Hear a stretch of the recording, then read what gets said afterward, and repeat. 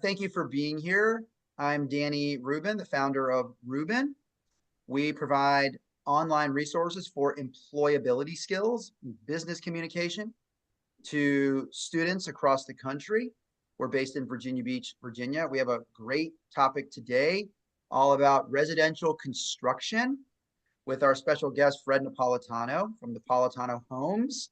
Hey And thank everyone. you, Fred, so much for making time from your busy day No to problem. talk Appreciate with you having me. us. Yeah, looking forward to the conversation. So we'll dive into Fred's world in just a few minutes. We are also grateful to have Peyton Holland, the executive director of the National Technical Honor Society, which is a great friend and partner to us at Rubin. And we were excited to collaborate and do a webinar together. And they invite their friends and we invite our friends, and we have a bunch of fun in the Zoom room. So let me first ask Peyton to say hello. For those who are not familiar, explain what NTHS is all about and give some highlights of what's coming up. Hey, good afternoon, everybody. It's so great to see you today. Just excited to be on and talk about construction and all the wonderful opportunities in the construction trades today. NTHS, we exist to serve each and every one of you, students and teachers in career and technical education. And we've had the honor of serving as the Honor Society for Career and Technical Education for about 40 years now.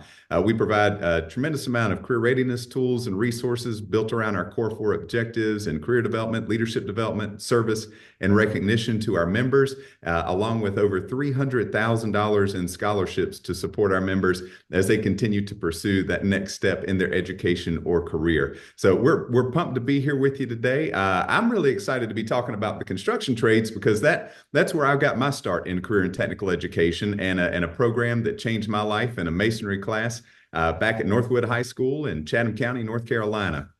So when you think about the opportunities that exist for you, when you learn a craft, when you learn a skill, and what we're going to hear from Fred today about opportunities, and not only in his business, but the industry as a whole, that taking that first step and learning a skill, any skill, whether it's to be the best bricklayer, whether it's to be the best framer, whether it's be the best sheetrock, whatever it is, if you start to desire to be excellent at least one of those crafts, you start to build a foundation that you can build a business, you can build an empire for yourself that can support an entire community. The possibilities are endless. My old masonry instructor used to always say, Peyton, you can run it as far as you want to. You just got to be willing to run. And so that's my encouragement to you all today is be ready to run. Get out there. Don't be afraid to get your hands dirty and do hard work. And I got news for you. When we talk about hard work, I hear a lot of folks say, I've talked with parents many times over the years, and parents will say, well, I don't want my student to have to work so hard. And it can be hot. Well, I got news for you. Leading a business is hard work.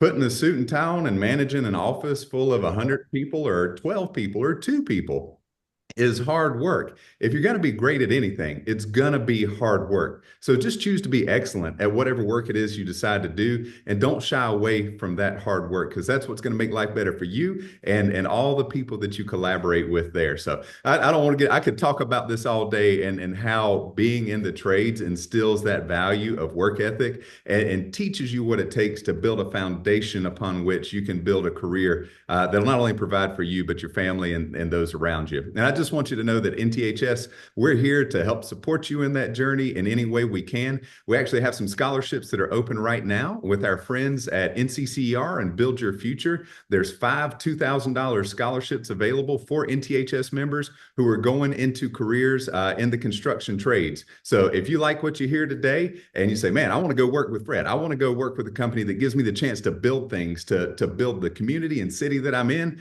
there's a scholarship that is out there and available for you. So sign up to be a member of NTHS. If you're an advisor hearing about this for the first time, there's no cost to start a chapter. We'll work with you to do that, because we'd love to get your students connected and get them the tools and resources they need to be able to get in a career in a field to build an incredible life for themselves and those around them, like Fred's done over here. So with that being said, I'm going to turn it over to the star of the show and get back to Danny and Fred here. But thank y'all for being here. Thank you for believing in CTE. Fred, appreciate you sharing your time and your experience today as well. No problem. Thanks for having me, Yeah, Peyton. thank you, Peyton.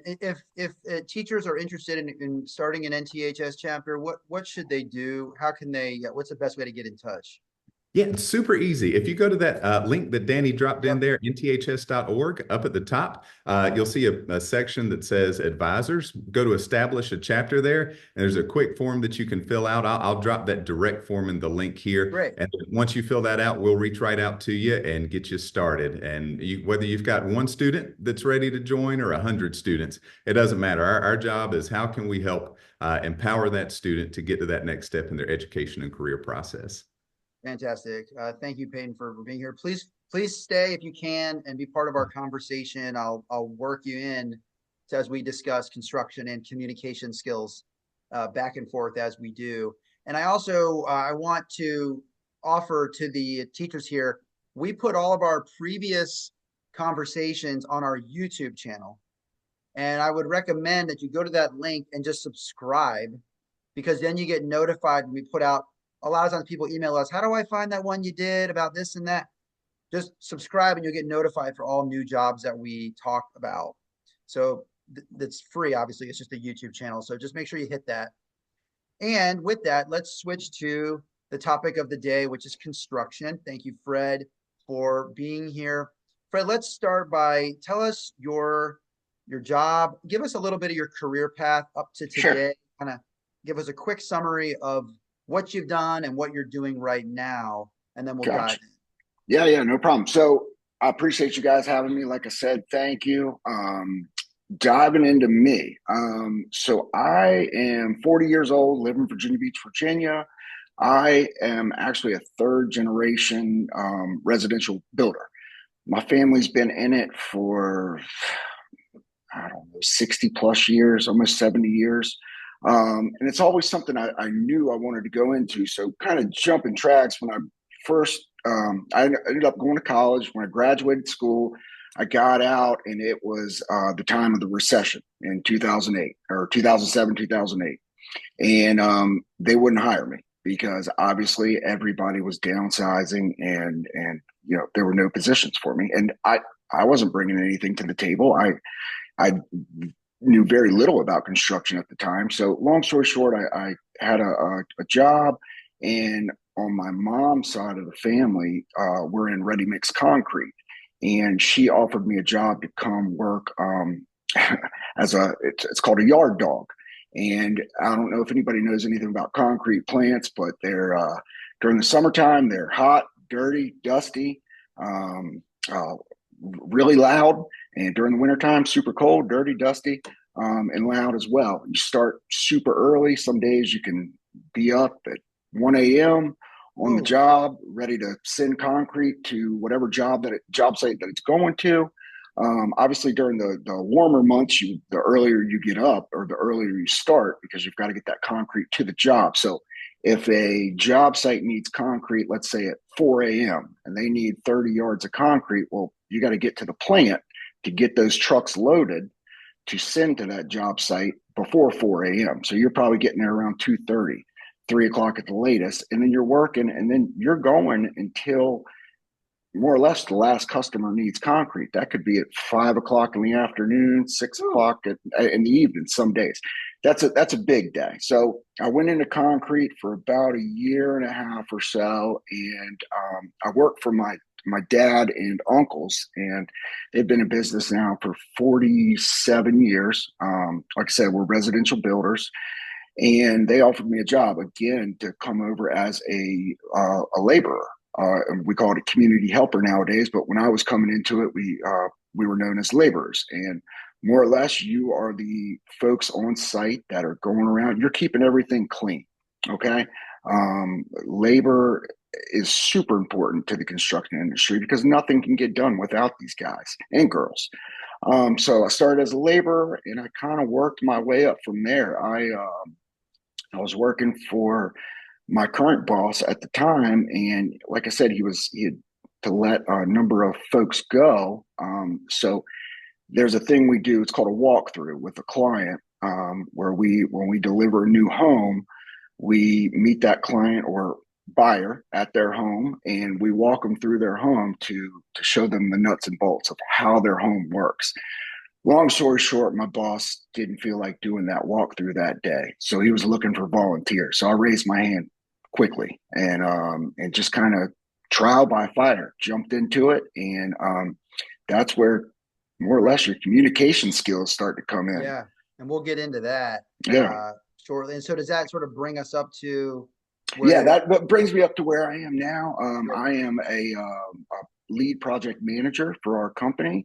I've been with them for 16 years, and we are still going strong in the coastal Virginia, Hampton Roads area. Fantastic. And thank you for that overview of your career. There's a lot I want to pick out of there. As we get going, I want to invite the teachers and students to now go to the Q&A, and I want you to put your questions.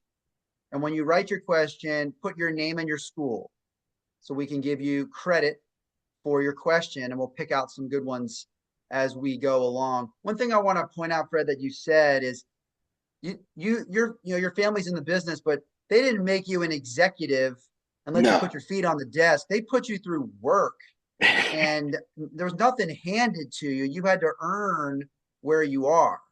And do Right. you No, think that you're better off for that? I do. Now at the time, yes. 16 to, plus years ago, I was maybe a little bit bitter, just being honest, Yeah, human fair. nature. I felt like I had done everything that was asked. I went to a 4-year school. I got out. I got my degree, and then they're kind of starting me from square one. But there you see our website right Yeah, I there. want to ask a question about it in a second, but you had to learn the business from the But ground yeah, up. yeah, and that's how my dad, my uncles, Yep. they all did it too. So Yep. again, you've got to learn it from the ground up, because once you get to the spot where hopefully one day you're running the business, you know all those jobs, you know how they're done. You can be that much more effective. Yep. You got to know the whole business. I want to ask you a question about the website, and I'll bring Sure. Peyton in. I have a question for him too. But one thing that we talk a lot about communication skills in these webinars, right? And so Hmm. what I did before the interview was I was on the company website, looking around, trying to understand. And this is the same way you would want a young person who shows up for an interview to have been to your website, to know what you're about, Sure. and not come in totally cold. So when I had a question, I'm looking at like different homes that you have built. And like, for example, I look at this one and they're all on the same street, Hmm. right? And they Hmm. all kind of have a similar look. So take us through Napolitano Homes through like these three houses. Like what do they represent for the company? Do you build neighborhoods that have a similar look, sort of like the Yeah. models that you base off of? What does this all say to you? Sure, sure. Yeah. So what you're looking at with those three right there, this is actually one community. So what we do is we take raw land, okay, that looks, if you're looking at it, it could be a farmer's field, it could be a big piece of land that has, it's forest, it has trees all over it. We take that land, we develop it into a neighborhood. So a lot, just like the neighborhoods everybody on this Zoom call probably lives in or near. And then in this neighborhood, this is called the Vistas, for instance. This just opened up 2 months ago. I just finished the model, and now these are three different floor plans. And I'm trying to remember off the top of my head, unless it says on there. But these three different floor plans represent the floor plans that we have in that community. So when you're looking at these and they look a little bit different, we call that the elevation. And each floor plan has either 2 to 3 different front elevations. So it can change from a more See. traditional look all the way on the far left, or you could go in the middle. It has more of like a craftsman type farmhouse look to it, all the way over to it's called a transitional, where it's a little bit of mixture between the farmhouse and traditional elevation. Thank you for that. Let me just again encourage the teachers and students to please start putting your questions in the chat. We have a couple. Peyton, let me ask you, just jumping back to what we were talking about, like starting from the bottom and the value of learning all aspects of a business. If you want to one day, I'm sure many students on this call want to be leaders, managers, executives one day. What is your thought on the value of starting from the bottom? Yeah, I think it's essential. A lot of times, particularly there seems to have been a movement in the last 20 years that if you get a college degree, you expect to come out and start at the top with a six-figure salary. And I went to school. I thought I knew a whole lot. I grew up with a dad that was a jack of all trades, so I learned a lot there, and then thought I knew everything after I got out of school. And the reality is, you can't replace experience with 30, 40 years of experience that Fred's family had, 40 years of experience my dad had in the lumber and the sawmill industry. You can't get that in a year, any way, shape, or form. You can't get the nuances of how to communicate with customers in different scenarios, or when you start having challenges either amongst team members or in communications with clients. One person sees things one way, one person sees things another way. The way you hone and develop those skills with experience, and no one's going to come out of the gate as the best at the top of that company. And in order to build respect, I mean, I was blessed to be put in a leadership position in the student organization world very early on, and I was a 22-year-old kid walking in talking with teachers that had been in the classroom teaching for 20 to 30 years, and I'm there to tell them how to do their jobs better. Right. So you don't get attention at the front of a classroom coming in and telling a veteran instructor, "Hey, so you've been doing it this way for 30 years. Let me share some ideas with you about how you might be able to do that better." That's not an approach that works. But if we come out with I'm going to start at the top mindset, that's the approach you're going to take, and you're not going to gain any ground. What you've got to do is come in and be hungry to help, hungry to learn, and hungry to grow, regardless of whether you do like I accidentally did and stumble into that position of leadership that puts you in front of the classroom, or whether you start at the bottom. That hunger to learn, that hunger to grow, and that hunger to help is going to be recognized so much more than whatever title or position you have there. And Danny, Fred, I'm sure y'all have seen this with either clients you've worked with or other companies you've worked for. There are people who are de facto leaders in those organizations that the whole company moves around that don't have the highest title in that organization. It's about the presence. It's about the relationships they've built. It's about the trust they've built. So titles may be important when it comes to salary ranges at some steps of the game. But at the end of the day, if you want to get to that top position, if you want to get to that top salary range, which a lot of people say is a driver, you've got to build the trust so that you have a team that allows you to keep moving. You elevate into that high position early on and you don't know how to handle it, your chances of building success and building a team that will get you where you want to go are significantly less than if you work through the ranks with them in that process. Thank you very much for that. We have some really good questions now. Loving what I'm seeing. Let me ask Ralph Wigington. Thank you, Ralph. He said, you got to start because you knew someone in the trades, or you had a family in it. How can students get a start if they don't have immediate connections? If they don't have immediate connection, that's a great point. Fair. If you don't have immediate connections, couple of things. One of them that jumps off the top of my head is check out your local home builders association. They have a whole host of anybody from builders to plumbers, HVAC, electricians, any trade contractor you can think of. They have that list. You could start with them. If you didn't find anything from there, which I'd be shocked if you couldn't, obviously you can. I can't tell you how many folks I meet just coming up to me on the job site and actually physically finding me. They'll come to the community and they'll ask around, hey, do you have a position? I may not have a position, but me with what I do, I know everybody or every contractor that it takes to build that home and that community. I can put you in touch with, a number of different folks. So that just suggestions. I wanted to ask you, so you said you've had people just walk up to you on the job site. So if a student wanted to do that, how would you want them to act when they walk up to you for that first impression? Honestly, first impressions are everything. You come up, and if you can speak clearly, introduce yourself, shake my hand, look me in the eye. My grandmother always told me, make sure you always look everyone in the eye when you meet them, and announce yourself and say, yes, ma'am, no, sir, all that good, use proper language. And just tell them, I mean, you can be innocent, obviously, coming up and somebody, for example, that it's about 2 years ago. She came up. I think she was late 60s. She came up and she said, "Hey, her name was Donna." Introduced herself and said, "Look, I'm looking for a job. These are my skills. This is where she was from New York. She had just moved to our area. She had done similar work up in New York and just told me a little bit about herself. And then we kind of took it from there. But again, just communication is everything. So the more professional you are, you don't have to wear a suit and come out to the job site because guess what? I wear a suit maybe twice a year. and that might be at a wedding and maybe a graduation or a funeral or something. I don't wear a suit. Okay. If you come up, just try and look as professional as you can and just come up, introduce yourself, tell us what you need. We can kind of take it from there.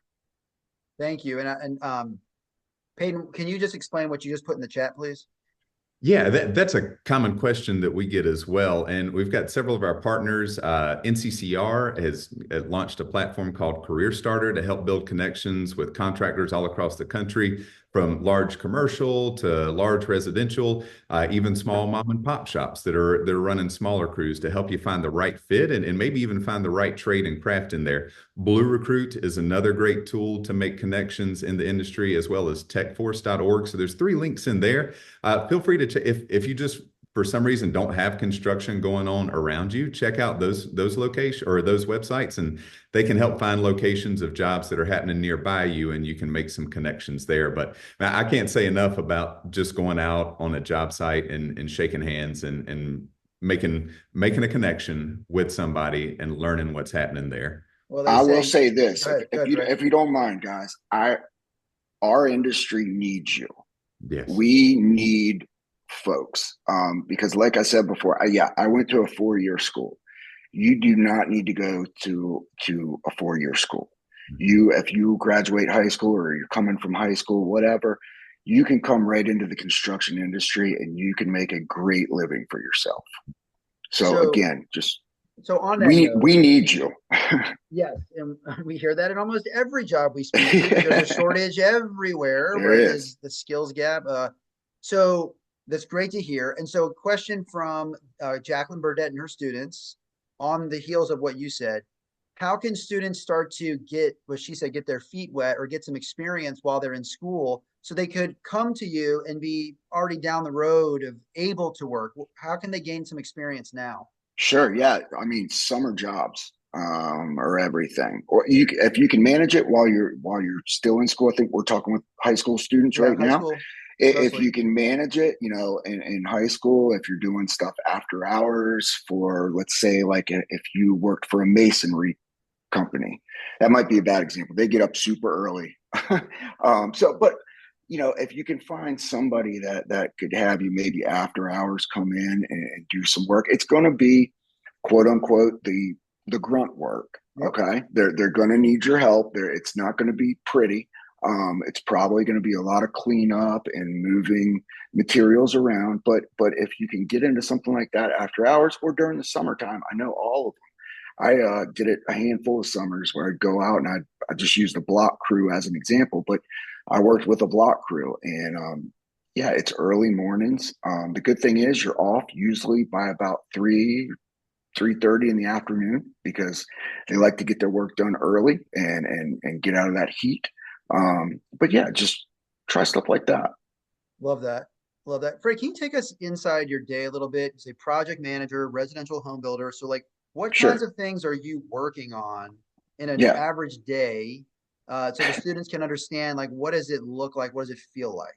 So typically, you guys got me right now. I'm actually sitting in my home talking to you on this iPad. Typically, I'm never in my home. I'm out on the job site. My office, I call it, is my truck. I am out in the field. I usually start my day about 6:30. I get to the job site because it's about 40-minute drive. So I'm there, 7:15, 7:30 at the latest. And then we're getting ready for the day. Everybody's showing up between 7 and 7:30, and I am I'm the guy that oversees everybody. So I have to make sure who's ever showing up they're there because I've scheduled them. 95% of the time. You may have a few really good trades that know my schedule better than me, and they'll just show up and get stuff done, which I love. But my day usually consists of managing all those folks, to making sure that, hey, if we're in lot one and we need a drywall hanger in lot one, that drywall hanger is over in lot one and they've started hanging drywall. Or if we're over at lot five and we need to dig that foundation, my foundation crew's out there, they're getting ready to start digging.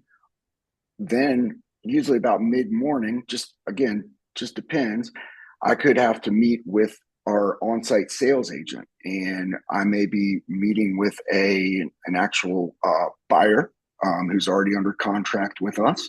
And if we do, we have something we have different meetings, but two of them that come off the top of my head, we have a pre-construction meeting, and a framing conference with them. And that means that I go in, I sit down. I don't want to come out of a house that just got painted where I might have paint all over me. So I've got to keep myself a little bit cleaner. I travel with an extra shirt in my car, deodorant and cologne, stuff like that. Nobody likes somebody smelling bad. So I meet with those folks, and I can discuss everything that's going into their home with them. Everything from A all the way to Z, because I'm the guy, or I'm the person who's going to manage their build. I always tell people, look, I'm a builder who can't build. I mean that. You don't want me physically building your house, but do I know how to get it done? Do I know who to get in there to make sure the job happens from A to Z, so I can take your home from, more or less a vacant lot to the day that you move in. That's my job. That's what I do. And so I know I kind of went around about, but right. Anything from working with my subcontractors, homeowners, or site agents, and then I have my coworkers that I work with as well. I've got to instruct them where to go as well, what to do, what we need to usually prepare for the following day. So you always want to be a couple days ahead of where you are. So and what I'm doing, students, we do this in all of our webinars, is what I ask follow-up questions. I hear something interesting and I want to learn more. And that's something that we should all keep in mind when we're learning about jobs and being shadowing, interning, helping, is ask follow-ups. So Fred, what you said is you're having to talk to lots of different audiences in the course of a day. And Sure. to the point that you have to go talk to your crew on the job site and then switch hats, go sit down with a client and be ready to talk on a totally different wavelength with them. Sure. Yeah. How No do cursing. right. You got to keep it clean. Yeah. So Mine. how do communication skills play a factor in your day? And specifically, how does writing play a role in your day?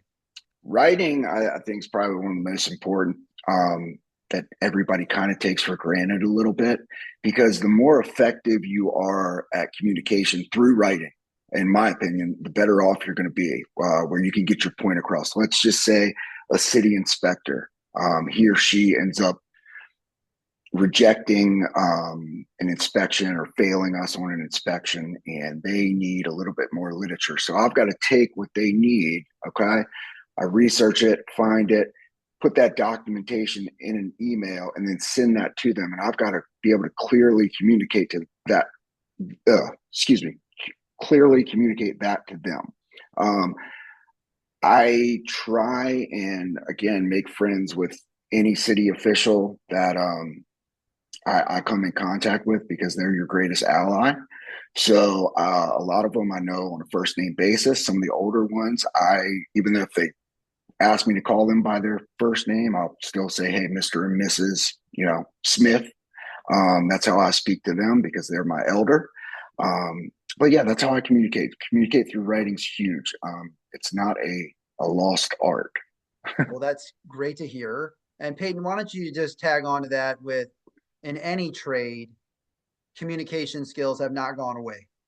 Yeah, no, they haven't. And in fact, if they do go away, your chances of remaining in that trade and in that position can decrease as well. I think to your point, Fred, the clarity and being able to communicate clear, concise, efficient messages that help people, particularly if you're in a position of leadership or you're in a position where you're having to communicate with the client, You don't want to get mixed signals and deliver a product that's not something that the client wanted. And so check for understanding is something I could, no matter whether you're shooting emails back and forth, whether you're having a phone conversation, always taking time to check for understanding and say, this is what I thought I heard you say. Is this right in what we're moving forward with? Mm. Get that affirmation, and then you're able to move. And that goes for a project in school when your teacher gives you instructions and you go marching down a pathway. It's always good to check for understanding to make sure you're on task with that project. And if you're not, it gives you a chance to ask clarifying questions and make sure you're moving that project, your team, whatever that may be, in the right direction. That's great. Thank you for adding that on, Peyton. And some good questions here. Thank you, Jordan Montag, for your questions. He asked, Fred, what is one of the toughest challenges you've faced? Is there a particular build or project that stands out to you? Like, that one was tough, but we got it done. I think the toughest challenges that I've faced over my time in construction is each individual homeowner. Okay. And what I mean by that is everyone's different. I know I keep saying Mr. and Mrs. Smith, so I'll try and choose other names too, but That's okay. let's say Mr. and Mrs. Smith. You know, you have a great conversation with them. You've just built their home with them for 4 to 6 months. Okay. Afterwards, they go into warranty. And with us, they're covered for an entire year. Typically, 100% of the home is covered, but there are some nuances that aren't. A lot of people always ask about concrete cracking, and there are certain tolerances. Okay, so Mr. and Miss Smith have loved you for 4 to 6 months. You've got a great relationship with them. Well, now they are angry because you're telling them no, and that's the hardest thing I've had to overcome through the years is how to politely tell someone no, because you don't ever want to hurt somebody. You don't want to make someone angry. You know, I was told early on, you don't want to make friends necessarily with everyone because you need to keep it business-like. But, the hardest thing for me is, again, telling someone no and being That's great advice. understanding to their concerns without just squashing it. Well, I think that's great because it just speaks to the people. So let me ask you, just give me a number here. Out of 100%, what percent of your day is building, and what percent is dealing with people and people skills? Shoot, 10% is building and 90 is people. I mean, Yep. again, like you guys alluded to earlier, I can be 1 minute speaking with a concrete crew or a framer, and that's another thing. You know, like a lot of, I wish I feel like I dream in Spanish sometimes because I took Spanish so much during Oh, high school and college, but I'm definitely not fluent by any means. So again, you're talking with guys that are framers, and a lot of them are Hispanic, and I've got to be able to communicate with them. I can't just expect them to know what I'm going to say just because it's my job site. If I want to get the most out of them, I need to get on their level. Like I need to be able to communicate with them. So I'm talking with, guys all the way from the trade contractors all the way to our clients and city officials and beyond. And I think that you also pointed out that speaking Spanish is a real advantage. It's huge. So that's another skill that students should be thinking about. Another really good question from Randy Thompson and his students. Thank you, Randy, for being here. Let's say you start at a company and work your way up. Then you leave that company and go to another.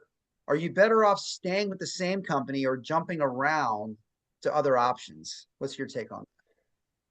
Yeah, I don't know, because I've had a lot of friends in other industries that's just part of their industry is jumping, I feel like, from company to company. In our industry, I don't think you jump as fast as like someone in maybe the insurance world. But in our industry, probably, anywhere between 4 to 6 years or so before you end up making that jump. If somebody's coming for you and wants to move you up the ladder a little bit faster, really it's all kind of based on you, how you're feeling. Okay. Yeah, I think that's fair. And the grass may be greener, maybe it's not greener, Yeah, but you got yeah, to judge it exactly. Yeah. You gotta judge it in judge the it. moment. I want to pause briefly and offer a resource that we partner with NTHS on, and I want to make it available to everybody here. Our company is big on communication, as you hear us talk, and we developed a tool that helps students learn professional email writing. I'd love Fred's take on this once he sees it, but it's called Propel, and it's for Gmail and Outlook. Teachers, go in the chat. Tell me, are you a Gmail school or an Outlook school? We built it for both. I'm going to play this quick video and then offer this resource to those interested after you watch it. So take a look at Propel. Let me show you our new Propel email etiquette tool. When we hit compose, we're shown a pop-up form which guides the student to fill in all the important sections of the email from the subject line to the conclusion with a read aloud function in every step. And for schools that use Outlook, we have Propel there too. We need a subject line. The student wrote question, lowercase q. We then need to address the person formally, but we're just going to write, hi, teacher. Student wrote good morning with a lowercase g and a sentence with no period. What's the purpose of the message? I have a question about my geometry assignment. I'm stuck on problem 3. I can't find the answer. 3 question marks. Not great. The conclusion, it's not formal, THX. Then we hit review my email. The words are formatted in the email. Check out the right side. We have light bulbs with more suggestions. By the subject line, your subject line is too short. Capitalize the first word in proper nouns. So we want the student to come over and change the subject line. Address the teacher with a formal title. Hi, Miss Smith. Capitalize the first word of a sentence. We want the student to come over, capitalize. Well, what about the end of the sentence? We're missing a period. Place the period. What about these 3 question marks? That could be unprofessional. Remove 2 of them. And finally, the THX, also not professional. Write out the word thanks. Propel teaches a student how to write an email, and the student does all the work. All right. That off. Fred, I saw you nodding there as you watched it. What's your take on a tool like that? I love it. That's great. I mean, I know that's a simple answer, but I think that's great. Again, it all goes back to just being professional and effective communication. You can't write an email like you're going to text one of your friends. Does that make sense? Can't use emojis. You have to write professionally and complete sentences. Somebody said not too long ago, I was doing a leadership type class, and they said, when you write your subject line, you should more or less be able to tell exactly what's going to be in that email just by what that person put on the subject line. Yep. So to say like question or help or leave it blank, or many students write the whole email there not knowing there's a message body, and right. that hurts you when on the recipient side. So this is my offer to the teachers here. Please go to this link. The way we give out Propel is we ask you to request 10 minutes with our team. We meet with you and we provide it. For the NTHS chapters here, this is a free resource ongoing for your chapter, which we love to share with all of our NTHS chapter partners. To other teachers, this is a trial. You can have it for, at this point, the chunk of the school year, the remainder, to try it out and let your teachers and administrators see what it's all about. All you have to do is pick a time from that calendar, and our team will meet with you and give you access to Propel so you can share this with your students. Help them write emails better right away. So please take advantage of that. And as you do that, let me come back to our last couple of questions. Do you want to speak on Propel at all, Peyton? I know you're pretty close to it now. Oh yeah, sure. I just wanted to say it is a phenomenal tool, and to Steve's point in the chat here, one of the great things about it is in this automated society where things just happen and we never really learn how to spell, we never really learn how to compose things. This teaches students how to do that. It doesn't do it for them. And that's one of the most valuable tools, is that repetition and learning, just like swinging a hammer, so that you learn how to strike that nail just right and you can frame the house just right. You only get effective in communicating by doing those reps and continuing to practice in whether it's verbally, whether it's written, and I haven't found a better tool than Propel to help our members move forward with that. So thank you, Rubin and Danny, for offering that. Yeah. No, thank you. We want to just keep spreading the word that it's available, because we know the emails going around right now are crazy sometimes what teachers and employers receive. Fred, if you got an email from a student looking to work for you over the summer and the whole thing was lowercase and in the subject line, how quickly would you answer that? I don't know. It might take me a little bit, but I probably end up getting back to them. Because you need the help. Yeah, because it needs help, definitely, definitely. And again, I'm working with so many different folks Yep. along the lines that Yep. I understand they may be typing real quick and trying to get to But me. if you try to view them as somebody that you could sort of move up the ladder, Sure, you yeah, need to see over time some stronger communication, or you wouldn't trust them to go from the job site sitting down with the homeowner, right? I correct. mean, what would it take for you to feel comfortable with somebody under you being able to switch hats like you do and go from the job site to like sitting with the homeowner? I mean, Yeah. how comfortable do you have to be with somebody? Yeah, I mean, you got to be fairly comfortable because again, you're trusting that person with the face of your company. So Yeah, they're yeah. sitting down, they are the face of your company. They're speaking to that client. You want them to represent you the best as possible. For example, right now, one of my coworkers, he is 23 years old. He started with us when he was 19. He loves construction. He wants to work his way up. And we were having a conversation the other day. I said, "Yeah, man, that's great. Let's do it. Let's start. Here are our goals. This is what we'll lay out for you to start to learn a little bit more." I said, "One of the things we need to do, man, is work on appearance." He had to get a haircut. His hair was kind of all over the place. I said, "Look, I mean this in the nicest way, but you have to clean yourself up a little bit more." And he didn't take it as a negative. Guess what? He came back to work yesterday. Today's Tuesday, right? Yeah, Monday. He had a haircut. He looked What does that say professional. to you? What does It that say means to you about him? he's taking it seriously. He wants to take the next step, and we have a walkthrough later this week where we're going to put him in front of our client, and he'll lead the walkthrough. And I told him, I said, "I'm not just going to throw you in there and expect you to remember everything you've heard me say and our other coworkers say over the years. We're going to be with you. We're going to help guide you. But he needs to take baby steps Well, to I get think, there. he's showing that he's coachable. So you're Definitely, willing to coach him and you want to have the next generation behind you fill in these spots. So everybody is connected here, but you trust him now because he's showing you he's serious. So sure, one hundred I percent. think that's a great advice and a great example. I think we'll come to a close on that. And again, Fred is telling the students here exactly what it takes to be successful at a young age, and great examples throughout the conversation. So, Fred, I want to thank you so much for your Yeah, time today, your knowledge, and Peyton, as always, for being here from NTHS and sharing your perspective too. Really great conversation. Thank you to the students and teachers for being part of this. Thank you, Laura, for the sign language.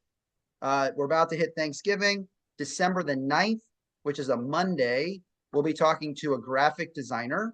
He's the head of graphic design for a really large city. So, like, how does he manage his team and come up with designs? And then we're finishing the semester with a physical therapist on December 18th, and that'll be the end of 2024.